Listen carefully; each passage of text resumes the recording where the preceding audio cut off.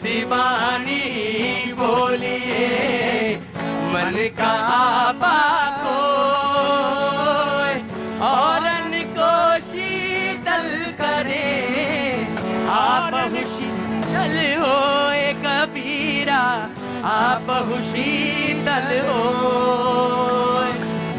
ऐसी वाणी बोलिए मन का आपा कोय, ऐसी वाणी बोलिए मन का आपा कोय, और को शीतल करे, और को शीतल करे आप शीतल होए कबीरा, आप शीतल होए।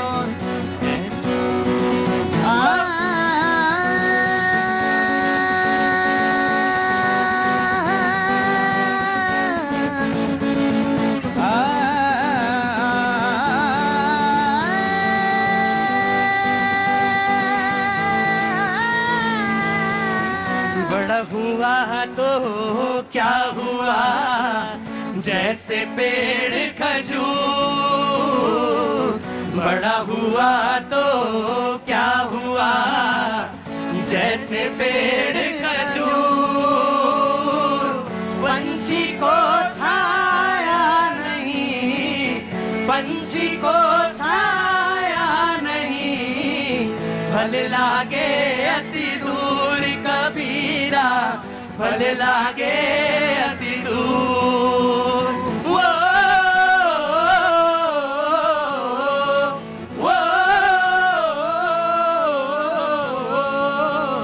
खड़ा कबीरा।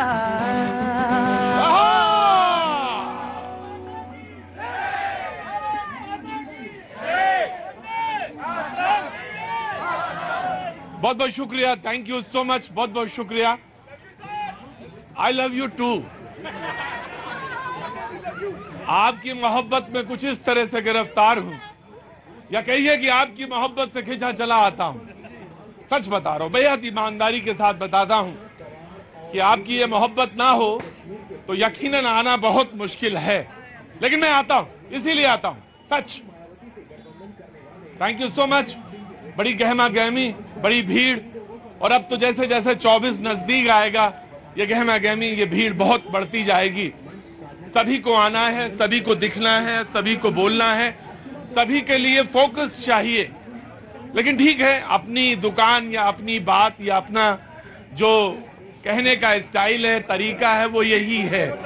इसमें मैं मौजूद रहता हूं, आराम से, आराम से, कोई दिक्कत नहीं, कोई दिक्कत नहीं, लड़ाई झगड़ा नहीं। थोड़ा गर्मी है और मैंने कहा कि गार्ड साहब पानी पिलाइए ना लोगों को, थोड़ा पानी पिएंगे तो अच्छा लगेगा। नमस्ते, नमस्ते सर, कहाँ से आना हुआ आप? दिल्ली से हूँ। दिल्ली से हैं, क्या नाम है आपका? नरेंद्र माथुर। नरेंद्र माथुर। नरेंद्र माथुर जी क्या करते हैं? मैं आवारा हूँ। आवारा हैं,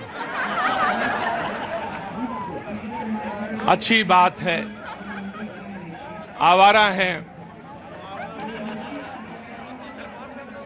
मैं मोहब्बत की बात कर रहा था और ये आवारेपन की बात कर रहे हैं। अच्छा तारतम्य मिलाया है इन्होंने, बहुत बहुत शुक्रिया। हाँ, आवारा लोगों से मैं जानता हूं पहले खूंटे पे कैसे बांधा जाता है, तो पहले पे तो मैं आपको खूंटे से बांधूंगा, और जब आप खूंटे से बन जाएंगे तो फिर आवारेपन का मजा लूंगा। जरूर, आवारापन भी एक अपना एक उसका भी एक मजा है। मैं जरूर बात करूंगा आपसे, मैं आप वही हैं, मैं जरूर आपसे बात करूंगा, जरूर बात करूंगा। और दिल्ली में तो आवारापन का, और जो बड़े वास्तव में सच में आवारा थे वो निकल लिए। बहुत बहुत शुक्रिया, थैंक यू सो मच। पहले मेहमानों से आज हम तारुफ कराएंगे, फिर मैं आपसे रूबरू होऊंगा, थोड़ी बात करूंगा आपसे, जरूर करूंगा बात।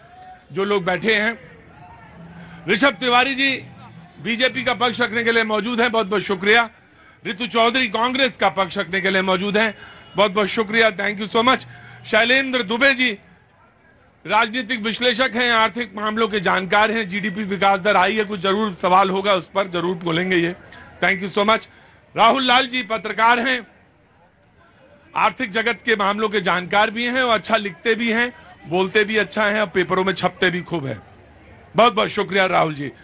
सूर्या मैथिल जी राजनीतिक विश्लेषक हैं, बातचीत अच्छा करते हैं, एक ही सुर में बोलते हैं, वो पंचम सुर है बस, उस नीचे के सुर पे वो नहीं बोलते हैं। बहुत बहुत शुक्रिया, बहुत बहुत शुक्रिया।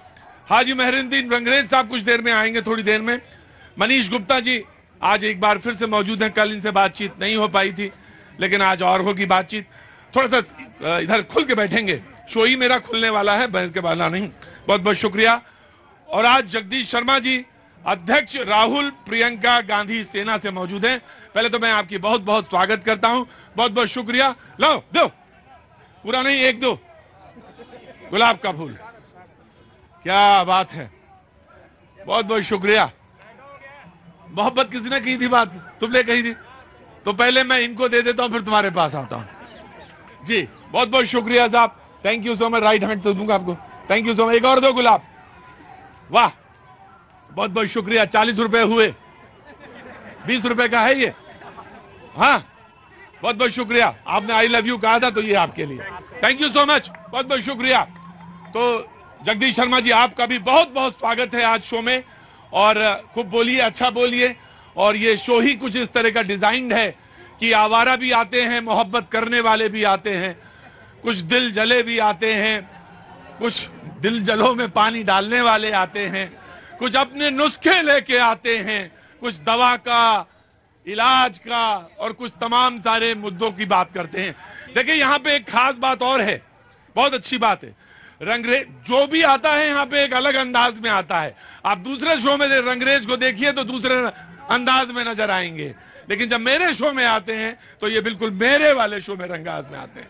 मतलब इनको जरूरत नहीं है कि ये कुछ ड्रामा करके आए, बिल्कुल एकदम क्लीन क्लीन वेश में आते हैं, बिल्कुल कोई जरूरत नहीं है ड्रामा करने की यहां पे। बहुत बहुत शुक्रिया तमाम सारे लोगों का जो आज मौजूद हैं। राहुल गांधी जी की अमेरिका की यात्रा चल रही है, और उन्होंने कहा कि देश में लोकतंत्र जो है उसमें लेकर जंग छिड़ी हुई है लोकतंत्र में, और कोई भी संस्था अपने मुताबिक काम कर ही नहीं पा रही है। उन्होंने कहा कि तमाम बात उन्होंने नई संसद के लिए कहा, उन्होंने चुनाव आयोग के लिए कहा, उन्होंने सीबीसी के लिए कहा, सीएजी के लिए कहा, तमाम सारी संस्थाओं के लिए कहा कि लोकतंत्र जो है देश में खतरे में है। मैं एक छोटी सी बात और रख देता हूं, उसके बाद डिबेट ओपन कर देता हूं। अमेरिका की एक संस्था है मॉर्गन स्टैनले, तो मॉर्गन स्टैनले ने एक बात कही, 61 कंट्रियों में, सुन लिया करें, पढ़ी लिखियों की बात भी है कभी कभी। मॉर्गन स्टैनले ने एक बात कही, 61 कंट्रियों में उनका ऑफिस है, और जो फॉर्च्यून 500 कंपनी है उसमें 61वें नंबर पे अमेरिका में ये कंपनी स्टैंड करती है। मॉर्गन स्टैनले ने भी एक बात कही, उसने कहा कि इन 10 सालों में देश में, जो पूरी दुनिया में देश बदल गया, हिंदुस्तान बदल गया, और उन्होंने कहा कि दुनिया की व्यवस्था में भारत ने अपना एक नाम बना लिया। ये भारत 2013 से बिल्कुल फर्क भारत है, ये मॉर्गन स्टैनले ने कहा। एक गुप्ता, आराम से एक हमारे विपक्ष के नेता अमेरिका में हैं, उन्होंने ये बात कही कि लोकतंत्र मर गया भारत में। अमेरिका की ही एक कंपनी है, वो ये कहती है कि इसने देश ने एक नया हिंदुस्तान पिछले 10 साल में नजर आया है, और ये 2013 से अलग है। आप तमाम सारे महानुभाव यहां मौजूद हैं, बातचीत का सिलसिला शुरू करेंगे। मैटर मैंने रख दिया है, डिबेट बिल्कुल ओपन है, आज बहुत शार्प और बहुत क्लीन है। पहले आवारा लोगों से बात करेंगे, फिर जिस स्कूल में मैं पढ़ता था तो वहां पे एक दो क्लास में 2-3 लड़के थे, बड़ा हल्ला मचाते थे, और टीचर ने उन्हीं को जो है मॉनिटर बना दिया। मैंने पूछा, नहीं आपके लिए नहीं कह रहा, तो मैंने पूछा कि बोले मॉनिटर इसीलिए बनाया है, ये बहुत बदमाशी करते थे इसलिए। जी बहुत बहुत स्वागत है सर, अपनी बात कहिए, फिर आगे बढ़ता हूं मैं कहना चाहूंगा, निकले हैं वो लोग मेरी शख्सियत बिगाड़ने, निकले हैं वो लोग मेरी शख्सियत बिगाड़ने, जिनके किरदार खुद मरम्मत मांग रहे हैं। वाह, जिनके किरदार खुद मरम्मत मांग रहे हैं। तय कर देते हैं लोग चंद बातों से किसी के किरदार को, अपनी बात आए तो अल्फाज नहीं मिलते। शौक से निकालिए खामियां मेरे किरदार में अगर आप ना होंगे तो मुझे संवारेगा कौन। बड़ी अच्छी बैलेंस बात कही आपने। ये बिल्कुल आवारा नहीं है। नमस्ते, कहां से आना हुआ? बरेली, बांस बरेली, ये शाहजहांपुर से पहले वाली। जी जी, कैसी हैं आप? कैसे आना हुआ? मैं आपका शो देखती हूँ और शो देखती हैं? अच्छा, बहुत पसंद आता है। बहुत पसंद आता है शो, इसलिए। हाँ सावर डेयरी का एक किस्सा भी साक्षी का निकला है। जी? सावर डेयरी का एक किस्सा जो साक्षी का निकला है। हाँ, हाँ। ऐसी मेरा भी सावर डेयरी के प्रहलादपुर किशन कॉलोनी में मेरा एक मकान है जिस पर मेरा 2022 में कब्जा हुआ है। दिन दहाड़े कब्जा हुआ है। मकान पे कब्जा हुआ है, उस पे बोलना चाहते जी, हैं, जरूर बोलिए। आपका कहाँ से आना हुआ?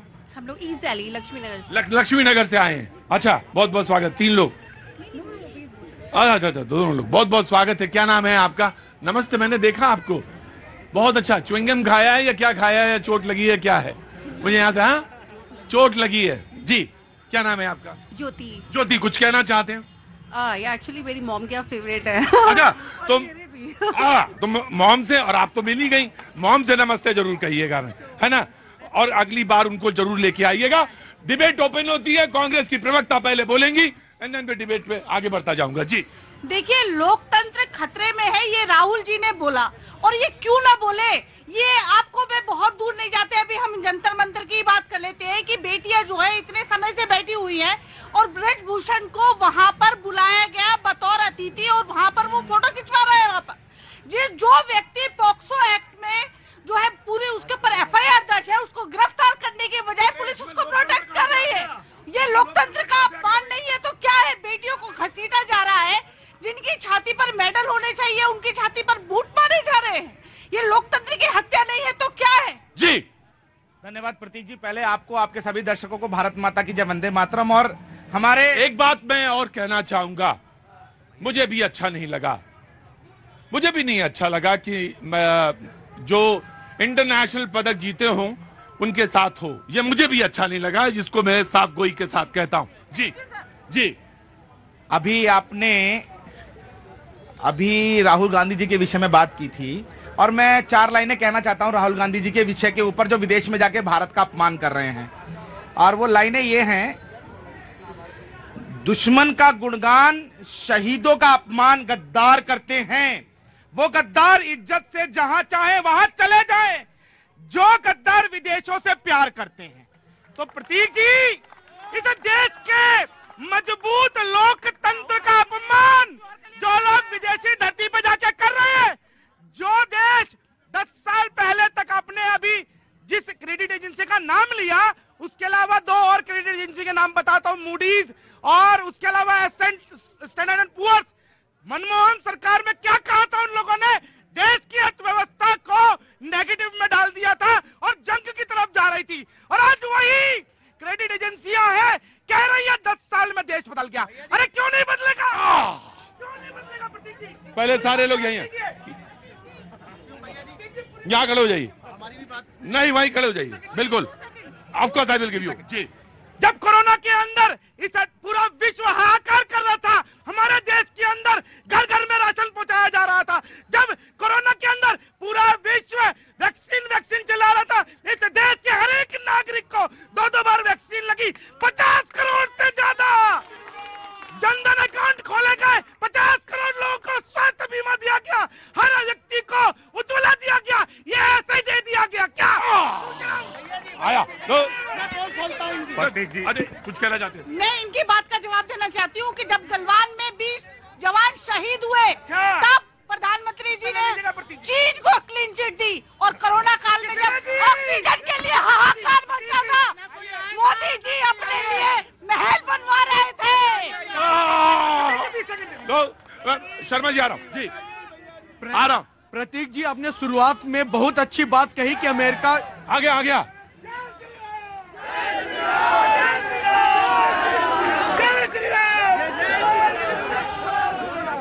ठीक है, कहां से? पटना बिहार। पटना बिहार।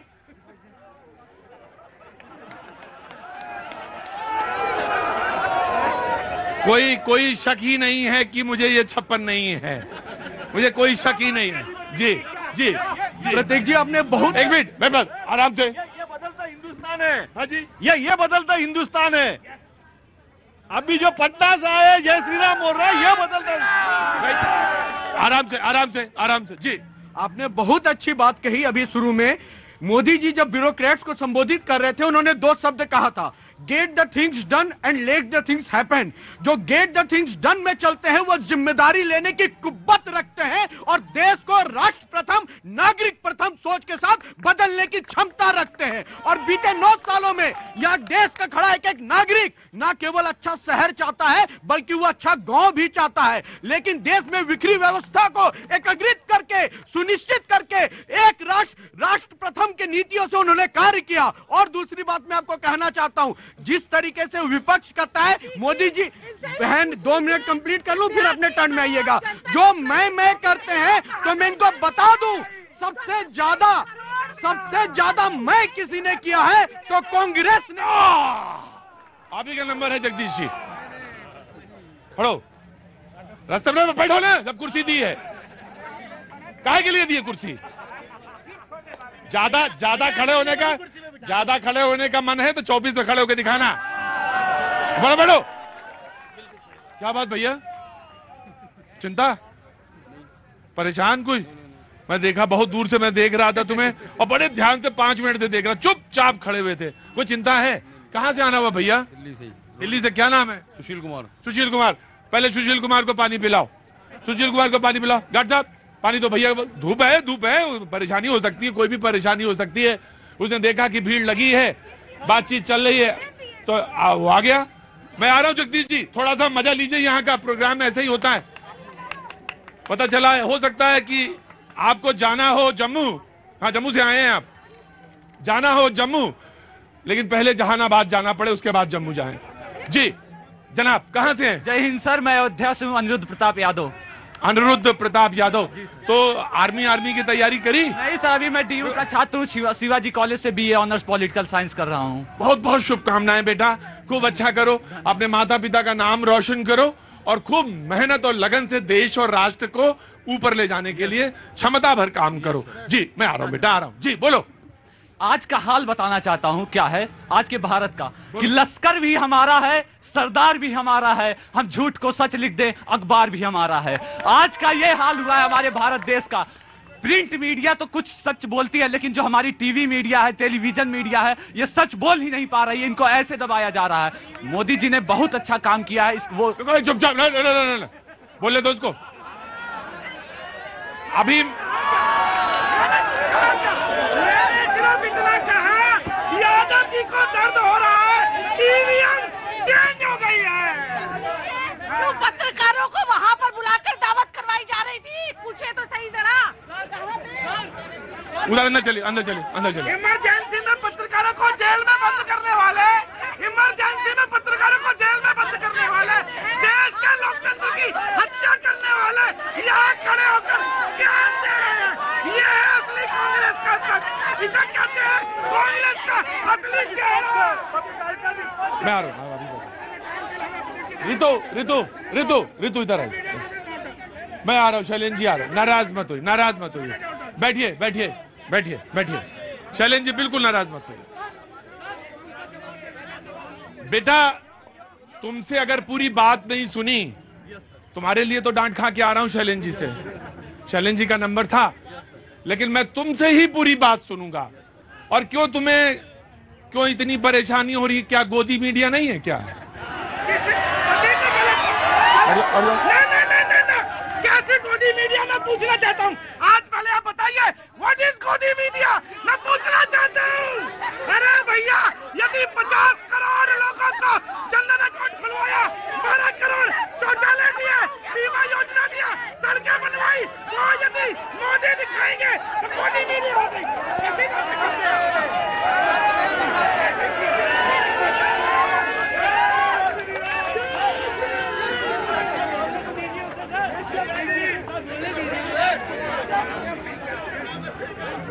दूसरी बात सिर्फ ये नहीं कि मीडिया ही सिर्फ पूरी तरह से ऐसा, नेता भी है। रामलीला में भेजूंगा, मैं बता दे रहा हूं तुम्हें। जी बोलिए यादव जी। सर मैं पहले उम्र बताओ। मेरी उम्र उम्र 17 साल है, अभी मैं छात्र हूँ। छात्र, बहुत बहुत शुभकामनाएं। पहले आप बोलो, पहले यादव जी सांस लेके बोलो। नहीं, अटक गई सांस तो बहुत मुश्किल है जी। अरे रुको, आराम से आप बोलो। अभी मैं राष्ट्रपति भवन से होकर आ रहा हूँ और राष्ट्रपति म्यूजियम से। माननीय जी का मैं जवाब देना चाहता हूँ। ये भगवाधारी हैं, मुझे पता चल गया है ये कहाँ से हैं, और ये यादव क्यों कर रहे हैं ये भी मुझे पता है। क्योंकि ये जातिवाद है। मैं भी भगवाधारी हूँ, मैं भी टीका लगाता हूँ, मैं हिंदू हूँ, गर्व है मुझे, मैं हिंदू हूँ। लेकिन what is Gautam media, I have to tell him that what is Gautam media. जब कोई भी बेरोजगारी छात्र की बात आती है तब ये मीडिया बात नहीं करती है, जब कोई हिंदू मुस्लिम की बात आती है तब ये मीडिया क्यों अग्रेसिव हो जाता है। अंदर आओ, वहां बैठो, वहां जाएंगे आप, वहां जाएंगे अंदर। लो, बहुत मालूम है उस लड़के ने एक सेंटेंस बोला और वो सेंटेंस ही बहुत काफी था, पूरी डिबेट पे भारी पड़ गया उसका एक सेंटेंस। वो बात नहीं कि मीडिया ये है वो तो सब रोज कह रहे हैं, सबको मालूम है, वो उसमें तो कुछ नहीं कहना मुझे। उसका एक सेंटेंस बहुत भारी था और वो सेंटेंस उसने कहा कि आप, मुझे मालूम है आप मुझे यादव जी क्यों कह रहे हैं। ये सेंटेंस इसका सबसे भारी था मेरे ऊपर। आपको दूसरा सेंटेंस भी देखना चाहिए कि मुझे पता है भगवान। डिबेट को डिरेल मत करो, डिबेट को।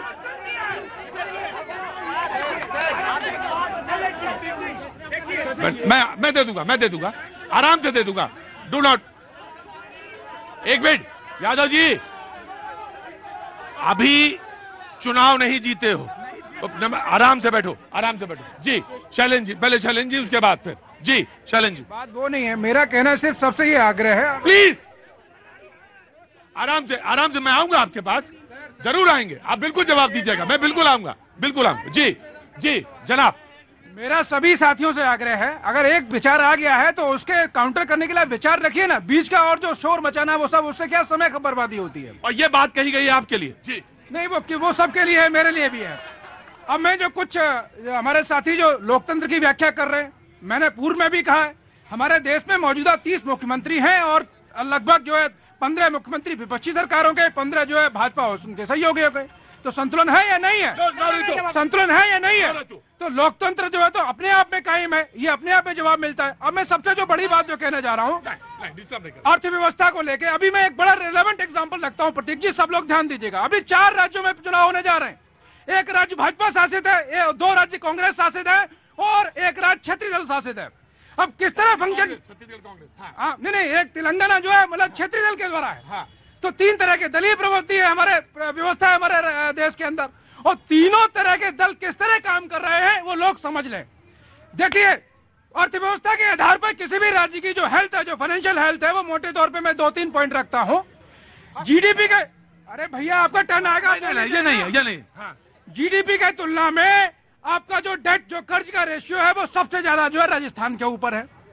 अब कोई भी राज्य जो खर्चा करता है वो 2 तरह के खर्चे होते हैं। कैपेक्स का मतलब क्या है? आप स्कूल बनाते हैं, अस्पताल बनाते हैं, कॉलेज बनाते हैं, सड़क बनाते हैं, रोड बनाते हैं। तो कैपेक्स जो है सबसे कम राजस्थान का है, वो कितना है? 10%। और सबसे ज्यादा मध्य प्रदेश का कितना है? आपका जो 28%।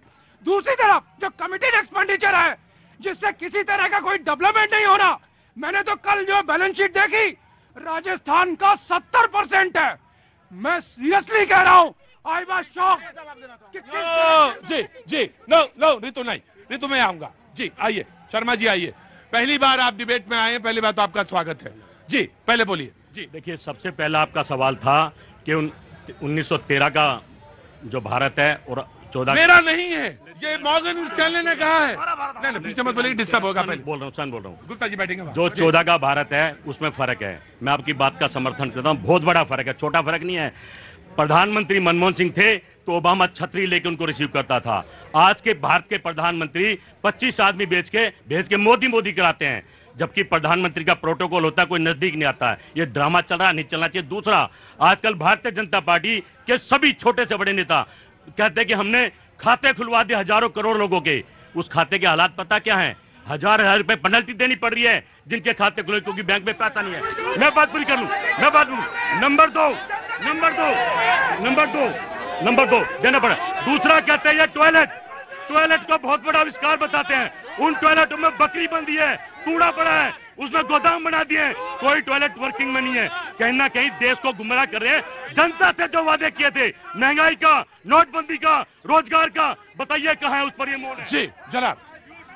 प्रतीक जी आपका सोच जनता का है और जनता के द्वारा उठाया गया सवाल भी जनता को जानने का हक है, उसका समाधान। लोकतंत्र की चौथा स्तंभ हम मीडिया को मानते हैं। बेशक कोई मीडिया गोदी मीडिया होगी, लेकिन वो मीडिया कौन है जो अगर भाजपा शासित राज्य में छोटी मोटी घटना घटती है तो छाती पीटते हैं, लेकिन केरल में घटना होती है वो सवाल नहीं खड़ा करते। वो मीडिया भी कौन है जो बंगाल में आंख बंद रखते हैं? वो मीडिया भी कौन है जो केवल भाजपा शासित राज्य में सीना पीटते हैं? तो ये सवाल उनसे पूछना चाहिए कि मीडिया पे सवाल खड़ा करने से पहले। भैया जगदीश शर्मा आज पहली बार शो में आए हैं, तो मैंने उनको बीच में टोका नहीं, क्योंकि मेहमान और अतिथि वो होता है उसको पहले बोलने देना चाहिए। मैं आता हूं, चुपचाप खड़े रहो। वो चला गया तो इसका मतलब नहीं कि तुम चले जाओगे वहां। पहले बोलोगे, कंटेंट देखेंगे, फिर वहां भेजेंगे। आपने कहा कि जब मनमोहन जाते थे, मनमोहन जी, पूर्व प्रधानमंत्री मनमोहन जी जाते थे तो ओबामा छतरी लेके। मैं आपसे कहूं, और प्रोटोकॉल ये होता था, मैं आपसे कहूं कि अभी एक प्रोटोकॉल टूटा गया, एक राष्ट्रपति घुटनों पे आ जाता है तो आप क्या कहेंगे? वक्त छोड़ दे ब्रेक का, ब्रेक के बाद फिर हाजिर होता हूं।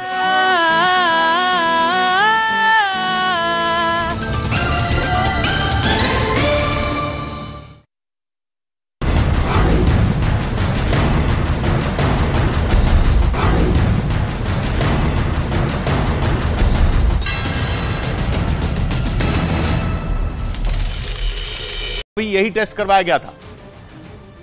और अब पुलिस सूत्रों का दावा है कि आफताब की तरह दिल्ली पुलिस लड़की की बेरहमी से हत्या करने वाले साहिल का PAT यानी साइको एनालिसिस टेस्ट करवाने की तैयारी में है। सूत्रों के मुताबिक इस टेस्ट के जरिए साहिल की दिमागी हालत, उसके रहन सहन और उसकी पसंद नापसंद का लेखा जोखा जुटाया जाएगा। इसके अलावा साहिल के परिवार और उसके आसपास के दोस्तों के बारे में भी पता लगाने की कोशिश की जाएगी। ये टेस्ट करीब 3 घंटे चलता है, जिसमें 4 से 5 मनोचिकित्सक शामिल होते हैं। मतलब दिल्ली पुलिस ये जानने की कोशिश में जुटी है कि जिस वक्त साहिल ने लड़की की हत्या की उस दौरान उसकी मानसिक हालत कैसी थी। इस बीच दिल्ली पुलिस ने नाबालिग लड़की की हत्या में इस्तेमाल चाकू की तलाश में शाहबाज देरी इलाके में साहिल के दोस्त के घर पर छापा मारा। 28 मई को लड़की की हत्या के बाद से ही दिल्ली पुलिस चाकू की तलाश में जुटी है।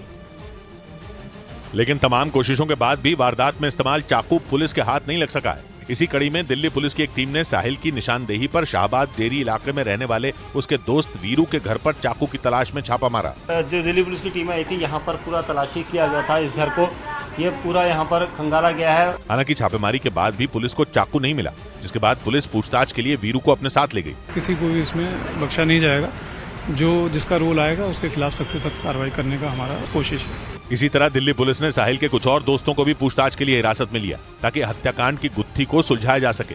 और पुलिस सूत्रों के मुताबिक नाबालिग लड़की की हत्या की गुत्थी सुलझाने के लिए दिल्ली पुलिस की नजर साहिल के दोस्तों पर टिक गई है, क्योंकि शक जताया जा रहा है कि जिस दिन हत्या को अंजाम दिया गया उस वक्त वहां साहिल के कई दोस्त मौजूद थे। और ये शक तब गहराया जब हत्याकांड से ठीक पहले का एक CCTV वीडियो सामने आया, जिसमें साहिल घटना वाली जगह पर एक लड़के से बात करता दिखाई दिया। हालांकि थोड़ी देर बाद वो लड़का वहां से चला गया था। ये वीडियो 28 मई की रात 8:44 का है।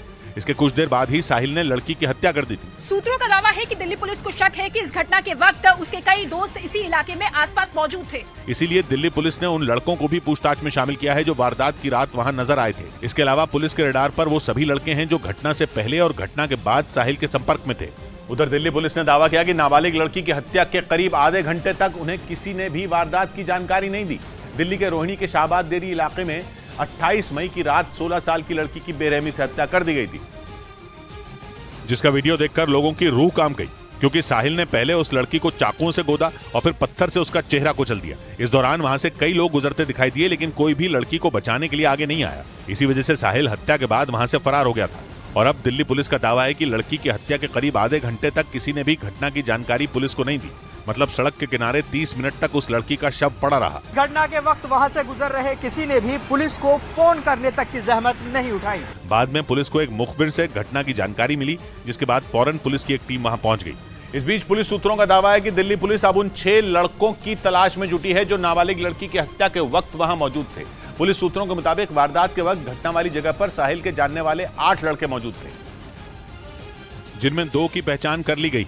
सूत्रों का दावा है कि दिल्ली पुलिस अब बाकी बचे उन 6 लड़कों की तलाश में जुटी है जिन पर घटना के दौरान वारदात वाली जगह पर होने का शक है। पुलिस सूत्रों के मुताबिक 28 मई की रात जब साहिल लड़की की हत्या कर रहा था, उस दौरान वहां से कई लड़के गुजरे थे। पुलिस का दावा है कि सारे लड़के सीसीटीवी वीडियो में नजर भी आ रहे हैं। इसलिए पुलिस को शक है कि लड़की की हत्या की साजिश सोची समझी प्लानिंग के तहत की गई थी। पुलिस सूत्रों का यह भी कहना है कि घटना वाले दिन सुबह के वक्त लड़की का साहिल से झगड़ा हुआ था। इसके बाद साहिल अपने 2 दोस्तों से मिला था जिनसे उसने लड़की को सबक सिखाने की बात कही थी। ब्रेकिंग न्यूज आ रही है। अमेरिका और चीन एक बार फिर भिड़ गए हैं। साउथ चाइना सी के ऊपर चीन और अमेरिका के विमान का आमना सामना हो गया, जिसके बाद दोनों देशों के बीच ठन गई है।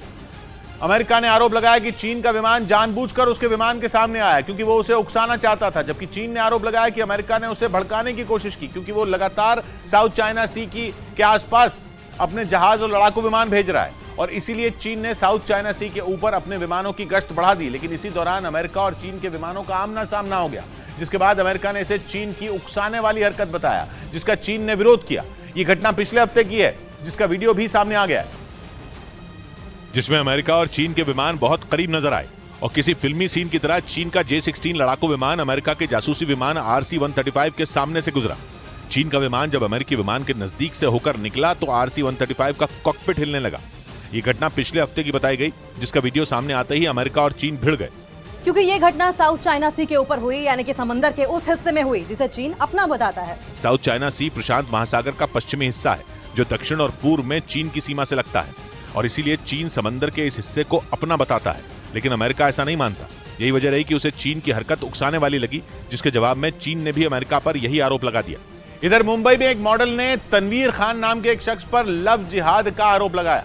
आरोपी तनवीर खान झारखंड की राजधानी रांची में एक मॉडलिंग इंस्टीट्यूट चलाता है, जिसके खिलाफ मॉडल ने मुंबई के वर्सोवा थाने में केस दर्ज कराया, जिसमें उसने तनवीर खान पर धर्म परिवर्तन का दबाव बनाने और रेप का आरोप लगाया। ये मुझ पे दबाव बना रहा है कि मैं धर्म परिवर्तन करूं और मैं इससे शादी कर लूं। पीड़ित लड़की ने यह भी आरोप लगाया कि तनवीर खान ने उसकी कुछ आपत्तिजनक तस्वीरें खींच रखी हैं, जिनके जरिए वो उसे ब्लैकमेल कर रहा है। वहीं आरोपी तनवीर खान ने अपने ऊपर लगे सभी आरोपों को गलत बताया और उल्टा मॉडल पर ही आरोप लगा दिए। बिजनेस लॉस कर दिया तो मैंने उनसे अपने हर्जाने मांगे तो उन्होंने मेरे ऊपर एलिगेशंस लगाना शुरू कर दिया। मॉडल की FIR के बाद मुंबई पुलिस ने केस को रांची ट्रांसफर कर दिया, जहां मॉडलिंग इंस्टीट्यूट चलाने वाले तनवीर खान पर नाम बदलकर दोस्ती करने का आरोप लगा। पीड़ित मॉडल का आरोप है कि तनवीर खान ने अपना नाम यश बताकर उसके साथ पहले दोस्ती की और बाद में उस पर धर्म परिवर्तन का दबाव बनाने लगा और तैयार नहीं होने पर जान से मारने के साथ परिवार के लोगों को नुकसान पहुंचाने की धमकी दी। पीड़ित के मुताबिक 2021 में वो तनवीर खान के इंस्टीट्यूट में मॉडलिंग की ट्रेनिंग के लिए रांची गई थी। वहां उसकी मुलाकात आरोपी तनवीर खान से हुई, लेकिन तब उसने अपना नाम यश बताया था। मुझे 4 महीने बाद लगभग पता लग गया था कि इसका नाम तनवीर है, जबकि आरोपी तनवीर खान ने दावा किया कि उसने कभी भी अपनी पहचान नहीं छिपाई। मैंने भागलपुर में शो किया था 2018-17 में, जिसमें मैंने बोला था मैं तनवीर खान हूँ और मुझे अभी मेरे पास ज्वाइन किया इसने। हालांकि पुलिस तनवीर पर लगे आरोपों की जांच में जुटी है। उधर ज्ञानव्यापी मस्जिद विवाद में मुस्लिम पक्ष को इलाहाबाद हाई कोर्ट से बड़ा झटका लगा। कोर्ट ने श्रृंगार गौरी की नियमित पूजा की मांग वाली याचिका पर मुस्लिम पक्ष की आपत्ति को खारिज कर दिया और हिंदू पक्ष की याचिका को सुनने के योग्य माना। इलाहाबाद हाई कोर्ट ने वाराणसी की जिला कोर्ट के फैसले को बरकरार रखा, जिसके बाद वाराणसी की जिला अदालत में श्रृंगार गौरी की नियमित पूजा का केस अब चलता रहेगा। इस फैसले के आने के बाद वाराणसी में लोगों ने एक दूसरे को मिठाई खिलाकर जश्न मनाया। यह 100 करोड़ हिंदुओं की जीत है, यह सभी सनातन धर्मियों की जीत है, मंदिर समर्थकों की जीत है। यह जो है श्रृंगार गौरी की नियमित पूजा की मांग को लेकर वाराणसी की अदालत में केस दाखिल किया गया था, जिस पर ज्ञानवापी मस्जिद की इंतजामिया कमेटी ने आपत्ति दायर की थी। इस बीच उत्तर कोरिया के मीडिया ने दावा किया कि किम जोंग उन की जासूसी वाली सैटेलाइट लॉन्च के कुछ समय बाद ही क्रैश हो गई। किम की यह सैटेलाइट अमेरिका, दक्षिण कोरिया और जापान की जासूसी के लिए लॉन्च की गई थी, लेकिन किम जोंग उन का इन देशों की जासूसी वाला सपना चकनाचूर हो गया और उसकी सैटेलाइट लॉन्च होते ही क्रैश हो गई। उत्तर कोरिया के मीडिया के मुताबिक लॉन्च के दौरान ही अचानक सैटेलाइट में खराबी आ गई, जिसके बाद वो आसमान से गिरने लगी और उत्तर कोरिया के पश्चिमी तट के पास समंदर में जा गिरी। हालांकि गनीमत ये रही कि सैटेलाइट जापान या दक्षिण कोरिया में नहीं गिरी, नहीं तो एक और युद्ध हो सकता। मणिपुर में शांति बहाली के लिए गृह मंत्री अमित शाह का हिंसा करने वालों को सख्त संदेश। न्यायिक आयोग और स्पेशल CBI टीम करेगी मामले की जांच। बड़े राहत पैकेज का भी ऐलान।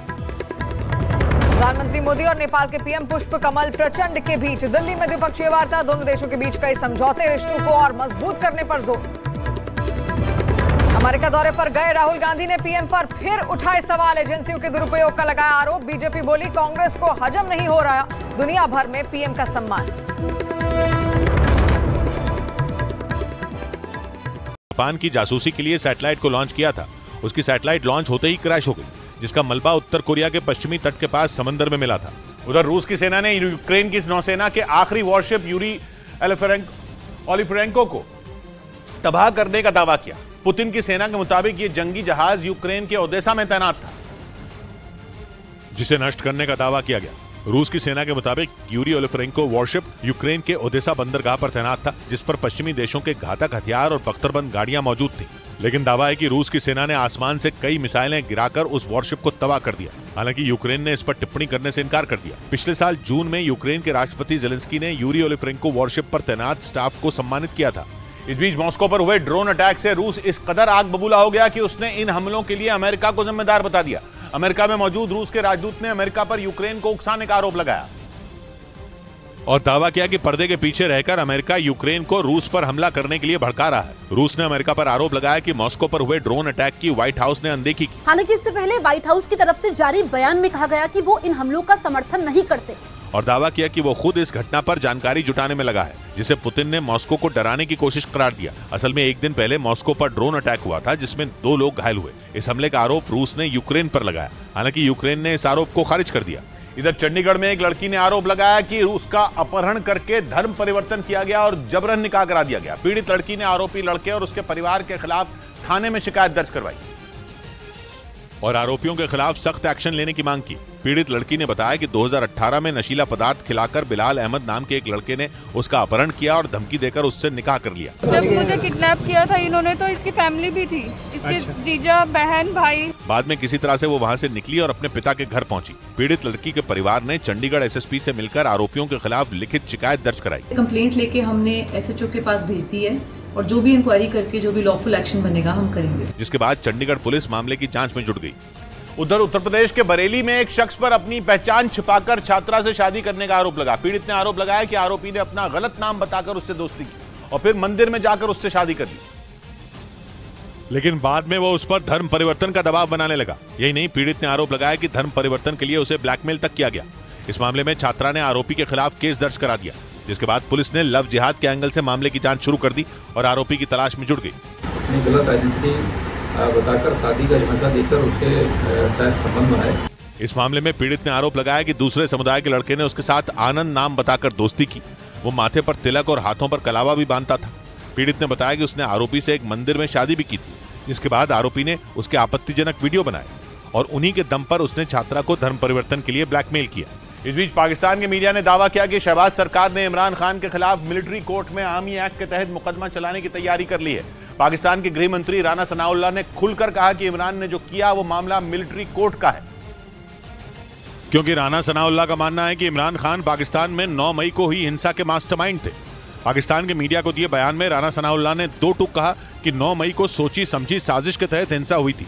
उन्होंने आरोप लगाया कि इमरान ने अपनी गिरफ्तारी के बाद क्या क्या करना है इसके बारे में समर्थकों को पहले ही बता दिया गया था और इसीलिए उनकी गिरफ्तारी के बाद उनके समर्थकों ने सेना के दफ्तरों को निशाना बनाया। उन्होंने प्रोग्राम बनाया और फिर उसके ऊपर अमल करवाया, तो ये मेरी समझ के मुताबिक तो बिल्कुल ये मिलिट्री कोर्ट का केस, जिसके लिए अब उन पर शहबाज शरीफ सरकार मिलिट्री कोर्ट में आर्मी एक्ट के तहत मुकदमा चलाने की तैयारी कर रही है।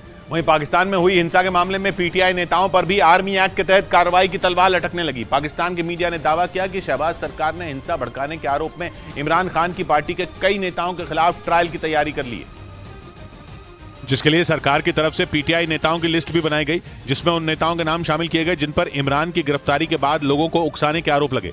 इन नेताओं में पीटीआई के नेता शहरयार अफरीदी, मुराद सईद, अली अफजल शाही, हसन नियाजी, जरताज गुल और खदीजा शाह का नाम शामिल है। पाकिस्तान की मीडिया का दावा है कि सरकार को इन नेताओं के खिलाफ कई सबूत भी मिले हैं, जिसके बाद अब इन नेताओं पर भी कार्रवाई की तलवार लटक रही है और उन पर मिलिट्री कोर्ट में आर्मी एक्ट के तहत ट्रायल हो सकता है। इससे पहले आर्मी एक्ट की कार्रवाई के डर से पीटीआई के कई बड़े नेताओं ने पार्टी छोड़ दी थी। पुलिस सूत्रों का दावा है कि दिल्ली पुलिस नाबालिग लड़की को चाकू से गोदने वाले साहिल का पीएटी यानी साइको एनालिसिस टेस्ट करवाने की तैयारी में है, ताकि उसके दिमाग की हालत और उसकी लाइफस्टाइल के बारे में पता लगाया जा सके। श्रद्धा हत्याकांड में आफताब का भी यही टेस्ट करवाया गया था। और अब पुलिस सूत्रों का दावा है कि आफताब की तरह दिल्ली पुलिस लड़की की बेरहमी से हत्या करने वाले साहिल का PAT यानी साइको एनालिसिस टेस्ट करवाने की तैयारी में है। सूत्रों के मुताबिक इस टेस्ट के जरिए साहिल की दिमागी हालत, उसके रहन सहन और उसकी पसंद नापसंद का लेखा जोखा जुटाया जाएगा। इसके अलावा साहिल के परिवार और उसके आसपास के दोस्तों के बारे में भी पता लगाने की कोशिश की जाएगी। ये टेस्ट करीब 3 घंटे चलता है, जिसमें 4 से 5 मनोचिकित्सक शामिल होते हैं। मतलब दिल्ली पुलिस ये जानने की कोशिश में जुटी है कि जिस वक्त साहिल ने लड़की की हत्या की उस दौरान उसकी मानसिक हालत कैसी थी। इस बीच दिल्ली पुलिस ने नाबालिग लड़की की हत्या में इस्तेमाल चाकू की तलाश में शाहबाद देरी इलाके में साहिल के दोस्त के घर पर छापा मारा। 28 मई को लड़की की हत्या के बाद से ही दिल्ली पुलिस चाकू की तलाश में जुटी है। लेकिन तमाम कोशिशों के बाद भी वारदात में इस्तेमाल चाकू पुलिस के हाथ नहीं लग सका है। इसी कड़ी में दिल्ली पुलिस की एक टीम ने साहिल की निशानदेही पर शाहबाद देरी इलाके में रहने वाले उसके दोस्त वीरू के घर पर चाकू की तलाश में छापा मारा। जो दिल्ली पुलिस की टीम आई थी, यहाँ पर पूरा तलाशी किया गया था इस घर को, ये पूरा यहाँ पर खंगाला गया है। हालांकि छापेमारी के बाद भी पुलिस को चाकू नहीं मिला, जिसके बाद पुलिस पूछताछ के लिए वीरू को अपने साथ ले गई। किसी को भी इसमें बख्शा नहीं जाएगा, जिसका रोल आएगा उसके खिलाफ सख्त से सख्त कार्रवाई करने का हमारा कोशिश है। इसी तरह दिल्ली पुलिस ने साहिल के कुछ और दोस्तों को भी पूछताछ के लिए हिरासत में लिया, ताकि हत्याकांड की गुत्थी को सुलझाया जा सके। और पुलिस सूत्रों के मुताबिक नाबालिग लड़की की हत्या की गुत्थी सुलझाने के लिए दिल्ली पुलिस की नजर साहिल के दोस्तों पर टिक गई है, क्योंकि शक जताया जा रहा है कि जिस दिन हत्या को अंजाम दिया गया उस वक्त वहां साहिल के कई दोस्त मौजूद थे। और ये शक तब गहराया जब हत्याकांड से ठीक पहले का एक CCTV वीडियो सामने आया, जिसमें साहिल घटना वाली जगह पर एक लड़के से बात करता दिखाई दिया। हालांकि थोड़ी देर बाद वो लड़का वहां से चला गया था। ये वीडियो 28 मई की रात 8:44 का है। इसके कुछ देर बाद ही साहिल ने लड़की की हत्या कर दी थी। सूत्रों का दावा है कि दिल्ली पुलिस को शक है कि इस घटना के वक्त उसके कई दोस्त इसी इलाके में आसपास मौजूद थे। इसीलिए दिल्ली पुलिस ने उन लड़कों को भी पूछताछ में शामिल किया है जो वारदात की रात वहां नजर आए थे। इसके अलावा पुलिस के रडार पर वो सभी लड़के हैं जो घटना से पहले और घटना के बाद साहिल के संपर्क में थे। उधर दिल्ली पुलिस ने दावा किया कि नाबालिग लड़की की हत्या के करीब आधे घंटे तक उन्हें किसी ने भी वारदात की जानकारी नहीं दी। दिल्ली के रोहिणी के शाहबाद देरी इलाके में 28 मई की रात 16 साल की लड़की की बेरहमी से हत्या कर दी गई थी, जिसका वीडियो देखकर लोगों की रूह कांप गई, क्योंकि साहिल ने पहले उस लड़की को चाकुओं से गोदा और फिर पत्थर से उसका चेहरा कुचल दिया। इस दौरान वहां से कई लोग गुजरते दिखाई दिए, लेकिन कोई भी लड़की को बचाने के लिए आगे नहीं आया। इसी वजह से साहिल हत्या के बाद वहां से फरार हो गया था। और अब दिल्ली पुलिस का दावा है कि लड़की की हत्या के करीब आधे घंटे तक किसी ने भी घटना की जानकारी पुलिस को नहीं दी। मतलब सड़क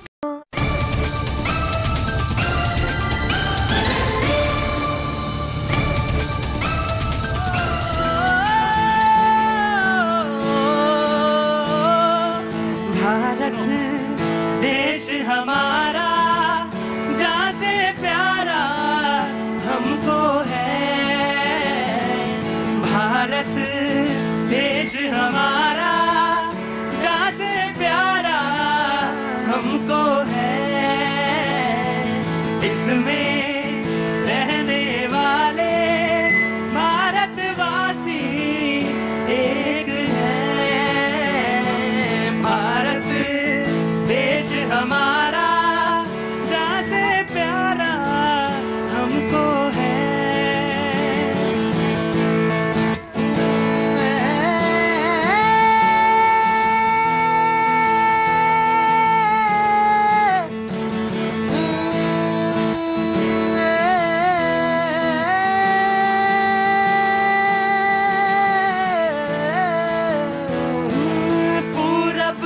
पश्चिम उत्तर से दक्षिण भाषा ने को है इसमें समाए। पूरब से पश्चिम उत्तर से दक्षिण भाषा ने को है इसमें समाए। फिर भी सबके सपने दिल की धड़कन एक है। फिर भी सबके सपने दिल की धड़कन एक है, एक है, एक है। बहुत बहुत शुक्रिया, थैंक यू सो मच, बहुत बहुत शुक्रिया। बातचीत के कोई बात नहीं बाबू, गर्मी है, कोई बात। झांसी से हैं? कहाँ के रहने वाले? झांसी के हैं? जी सर। हाँ समझ गया था, झांसी के ही हैं आप। बहुत शांति के साथ, बहुत तसल्ली के साथ राहुल गांधी की यात्रा को लेकर ये मैंने आप ही के लिए निकाला था, ये ले लीजिए। Thank you so much. यात्राओं के सिलसिले में बात हो रही थी साइकिल यात्रा। भैया बहुत बहुत शुक्रिया, थैंक यू सो मच। बातचीत का सिलसिला जुड़ रहा था कि वो कैलिफोर्निया में, राहुल गांधी कैलिफोर्निया में थे और कैलिफोर्निया में उन्होंने जो बोला कि लोकतंत्र की, एक तरह से उन्होंने कहा कि कोई संस्थाएं लोकतंत्र की काम नहीं कर रही हैं। एक नवयुवक आया था, उसने अपनी बात कही। क्या उम्र है सर? 17 साल। 17 साल उम्र है। मैं आपको एक चीज और याद दिलाना चाहता हूं, और वो ये कि एक वक्त ऐसा भी था जो आप बोल गए, वो लोकतंत्र की ताकत है और लोकतंत्र में विश्वास करने वालों की ताकत है। आप इस देश में प्रधानमंत्री को आंखें में आंखें डालकर कुछ भी कह सकते हैं, कहने की पूरी इजाजत है आपको, पूरी इजाजत है, बिल्कुल। आप कह रहे थे, अभी आपने बोला मैं आपको दूंगा, लेकिन एक वक्त ऐसा भी आया था कि माइक पे बोलने वाले कवियों, मुशायरे में शायर सरकार के खिलाफ बोल नहीं सकते थे। गाने बंद हो जाते थे, बैन हो जाते थे। बहुत समय तक ऑल इंडिया रेडियो पे गाने नहीं बजे। तुम 17 साल के हो, लेकिन तुम्हारा सवाल, एक लाइन मुझे इतनी बेहतरीन लगी, इतनी अच्छी लगी कि मुझे लगा कि तुम यहां पे नहीं, वहां जाना चाहिए तुम्हें। और वो यही थी कि आप मुझसे यादव जी कह के बात कर रहे हैं। क्यों कह रहे हैं ये मुझे मालूम है, और वो लाइन का मतलब भी वही था। और इसका मतलब मुझे सीधे सीधे समझ, कहने की जरूरत नहीं, बहुत सारी कुछ क्या चीजें कहने की जरूरत नहीं है। और मैं आपको पूरी ईमानदारी के साथ कहता हूं, मैं आपका हमेशा स्वागत करता हूं, हमेशा स्वागत करूंगा। आप जैसे लोग हमारे देश की ताकत हैं, हमारे देश के भविष्य हैं, और ऐसे ही निरंतरता के साथ आगे बढ़ते रहिए। जी, एक नौजवान और कहना चाहता है कुछ जी, मैं उसकी, आज नौजवान जब आ जाएं तो जरूर बात सुननी चाहिए। कहां से आए हैं आप? सर बिहार छपरा से हैं सर। आप कहां से हैं? बिहार से, गया से। गया से, हाँ। एक मिनट।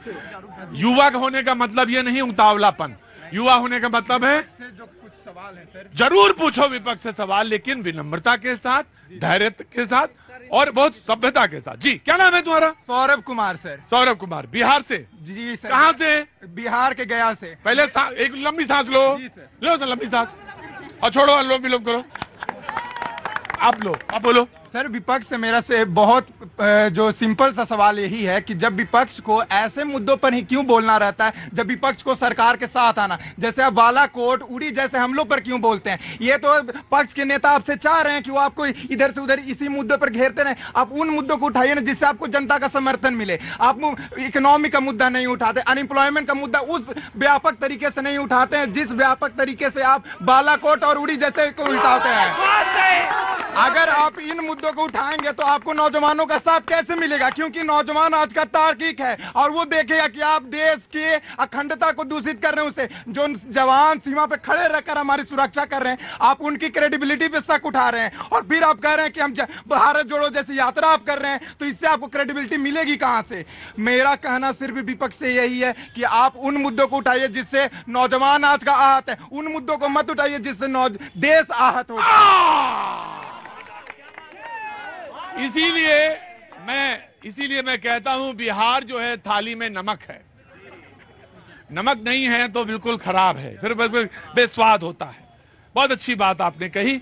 तुम्हारा क्या नाम है? सर आशीर्वाद दुबे। आशीर्वाद दुबे, कहाँ के रहने वाले हो? बिहार छपरा से। बिहार छपरा से। यहाँ क्या कर रहे हो दिल्ली में? यहाँ पे सर शिवाजी कॉलेज में बीएससी मैथमेटिक्स ऑनर्स का फर्स्ट ईयर का छात्र हूँ। तो यहाँ कैसे टहल रहे हो? सर यहाँ पे मैं पार्लियामेंट घूमने आया था, राष्ट्रपति भवन, तो आपसे मिलने आ गया सर। और सर एक बात है सर, ये इन्होंने जो बात बोला, मैं यहाँ पे जो कुछ स्थिति परिस्थिति घटी मैं उस पे बोलता हूँ। आपने बोला कि यादव जो इन्होंने, ये किसी ने बोला इनको, तो आपके मन में वो बात उतर गई कि आपने यादव, इन्होंने भगवाधारी बोला, वो बात किसी को नहीं समझ में आई। भगवाधारी आप कैसे कोट करते हैं? और उसके बाद से आपने इनको वहां पे लाके बैठाया, ठीक है। आप एक बात बताइए, जितने भी ये बोलते हैं कि मेरा मीडिया आज कल का गोदी हो गया, मीडिया बिकाऊ हो गया, बिकाऊ हो गया। अगर मीडिया बिकाऊ है तो आप भी तो एक मीडिया है, न्यूज 18 इंडिया है, उनको भी बोला जाए। आप इनको यहाँ से लाके वहां पे बैठाते हैं, इनका स्वागत करते हैं, सबसे वेलकम कराते हैं, इतना नहीं तो बोले तो नहीं, इनको बोलने की आजादी है। फिर ये बोलते हैं हिटलर था, 1975 इमरजेंसी कहा गया, जब वो रेडियो पे सब बैन लगाया जाता है, लोग को जबरदस्ती जेल के अंदर ढकेला जाता है। आप एक बात बताइए, जब देश के हित के लिए कोई काम हो रहा है, आप जब अखंड भारत की बात, क्यों नहीं अखंड भारत बनना चाहिए? क्यों नहीं अखंड भारत बनना चाहिए? जब भारत हमारा हिस्सा है, हमें किसी का विरोध नहीं। आज ये विपक्षी बोलते हैं, हथरस चले जाते हैं कि भाई बेटियों के साथ अन्याय होता है। आज साक्षी मलिक का जो पहलवान वाला मुद्दा है, विनेश फोगाट का, उस मुद्दे हमारे यहाँ दिल्ली में वो साहिल ने उनकी हत्या की है, जो कितने क्रूरता की हद कर पार किसी ने एक मतलब क्या किसी ने ट्वीट नहीं की, और उसके बाद से बात करते हैं कि बेटी का बचाओ, बेटी का ये करते हैं।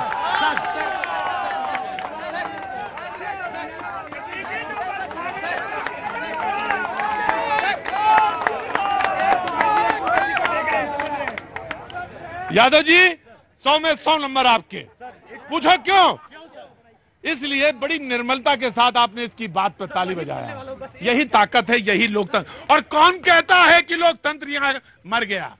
जिनको दिखता है कि लोकतंत्र मर गया, उन्हें उनको आए, हम उनकी आंख का ऑपरेशन और इलाज दोनों करवाएंगे। दुबे चुपचाप दोनों लोग खड़े रहे, दोनों के कान उखाड़ के एक ही तरफ लगा दूंगा। दुबे ने बिल्कुल अपोजिट बोला यादव जी के, और यादव जी ने दुबे जी के लिए ताली बजाई। यह है लोकतंत्र, यह है लोकतंत्र, यह है लोकतंत्र। एक ने कहा कि आपको यादव जी वाली बात चुभ गई, लेकिन आपको भगवा वाली बात पे आपने कुछ नहीं कहा। मैं सिर्फ चुप, एक मिनट रुके। ऐसे लोग ना, हम इनका कुछ इलाज भी नहीं कर पाएंगे। हम चाहें भी तो कह देंगे ये लाइलाज है। मैं सिर्फ प्रतीक्षा कर रहा था कि देखे कोई है कि बोलेगा कि नहीं बोलेगा। मुझे बिल्कुल तुम्हारी बात पर, मैं इस बात को क्यों भगवा कहेंगे आप? क्यों भगवा कहेंगे? किसी को कलर से क्यों पुकारेंगे? और किसी को उसकी जाति सूचक चीजों से क्यों बुलाएंगे? आप दोनों ही बुलाएंगे। ये बदलता हिंदुस्तान है, ये बदलता हिंदुस्तान है। इसमें तुम्हारी पहचान है, तुम्हारी पहचान है, और सिर्फ पहचान इससे होगी कि तुम हो, तुम्हारा नाम है।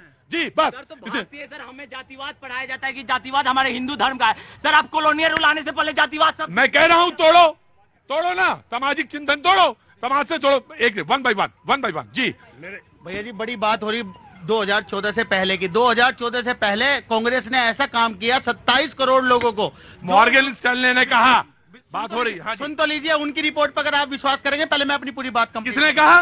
बोला किसने? फिर तो अमेरिका ने। अरे भाई किसने बोला? बोला किसने? किसने बोला? आपने तो मॉर्गन स्टैनले ने बोला ना। आपने बताया कि 2014 से पहले कब हिंदुस्तान कैसा था, और मैं आपका 27 करोड़ लोगों। मॉर्गन स्टैनले क्या है? नहीं पता। अरे भैया जी, एक उसके कई 26 जगह आपने बताया, उसके एनजीओ है 26 जगह उसके जो है ऑफिस है। तो वो इतनी बड़ी चीज हो गई क्या? जो अमेरिका की जांच है, अमेरिका की कमेटी है, उन्होंने सालाना रिपोर्ट लगाई। उन्होंने कहा कि क्या नाम है, मुसलमानों के खिलाफ उनके घरों पर बुलडोजर चलाया जा रहा। पढ़ के आया करो, एनजीओ नहीं है, पढ़ के आया करो, पढ़ के आया करो। 27 नहीं, 61 जगह ऑफिस है। मैं क्या कह रहा हूँ वो तो सुन लीजिए भैया जी। कांग्रेस ने 27 करोड़ लोगों को गरीबी रेखा से बाहर निकाला। मैं ये कहना चाह रहा था, आप पता नहीं कौन सी बात कह रहे। और इन्होंने 80 करोड़ लोगों को बेरोजगार बना के 5 किलो राशन पे ले आए, उन्हें गरीब बना दिया। अरे हमारा देश का कोई भी नागरिक फ्री की चीज नहीं लेना चाहता, मगर भाजपा ने लोगों को 80 करोड़ लोगों को बेरोजगारी, महंगाई से इतना ग्रस्त कर दिया कि वो 5 किलो राशन पे आज अपनी जिंदगी निर्भर करना चाहते हैं।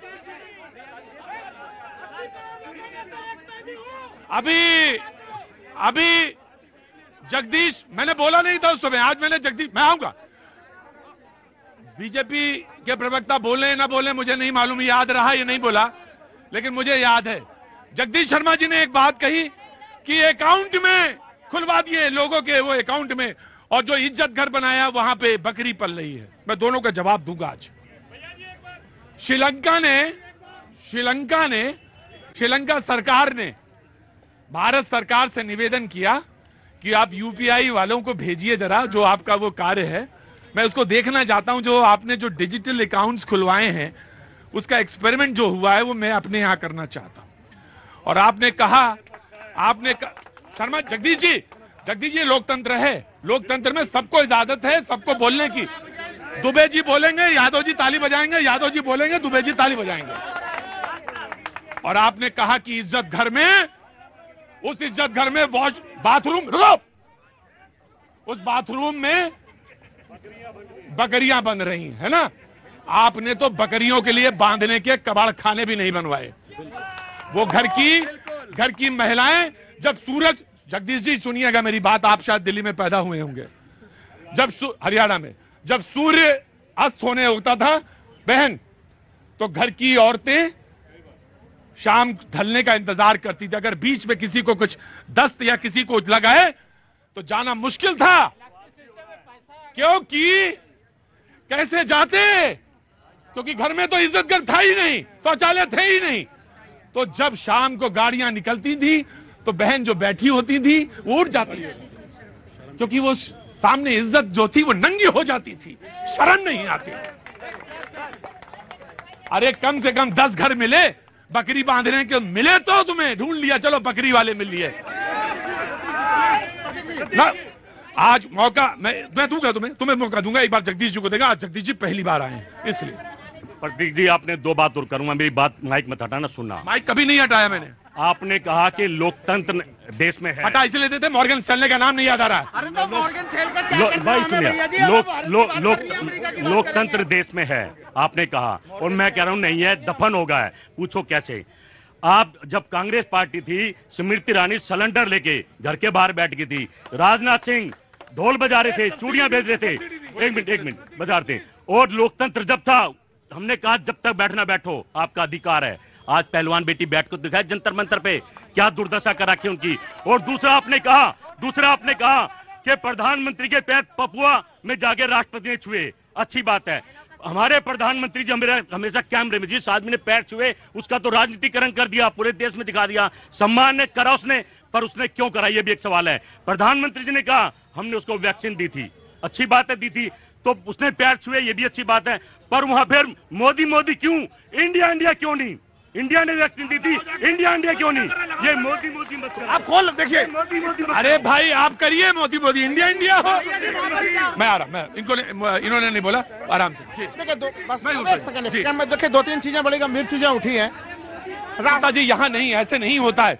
जब मैं इनको कह सकता हूँ यहाँ आइए ना बैठिए, कुर्सी बनवा दी फिर भी नहीं बैठ रहे। मैं कह रहा हूँ राहुल गांधी जी के ऊपर जो आरोप लग रहा है कि उन्होंने विदेशों में जाके नाम बर्बाद किया, मैं कह रहा हूँ उन्होंने जो तमाम तरह की चीजें कही हैं वो बड़ी सच्चाई के साथ कही, और इससे भारतीय लोकतंत्र मजबूती हो रहा है।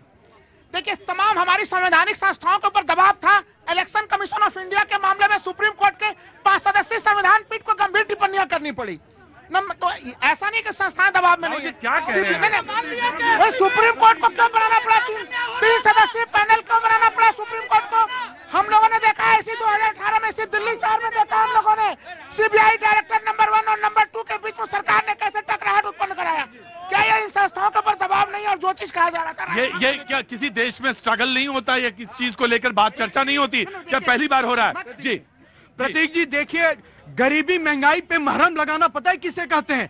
जो एक गरीब इंसान होता है वो 1-1 रुपया करके अपना पैसा जमा करता है, और खुदा ना खास्ता उसके घर में कोई बीमार हो जाए और झटके से 1,50,000 भी निकल जाता है तो उसे बहुत तकलीफ होती है। लोअर मिडिल क्लास से मैं आता हूं प्रतीक जी, जब घर से 4 लाख रुपए निकल गए मेडिकल इलाज में, तब कोई आयुष्मान योजना मुझे बचाने नहीं आया था मेरे घर को। तब मैं बताता हूं गरीब पे महरम लगाना 5 लाख आयुष्मान देना होता है। गरीब पे महरम लगाना उसे सम्मान के साथ जीना देता होता है। गरीब पे महरम लगाना उसे शौचालय देना होता है। गरीब पे महरम लगाना उसे खुले तौर पे इस आजाद भारत में हमारे आदरणीय यादव जी को बोलना सिखाता है। यह है लोकतंत्र। देखिए यादव जी को बोलना नहीं, यादव जी बोलना आता है, यादव जी को बोलना आता है। जी हाँ बेटा बोलो। मेरा क्या उम्र है?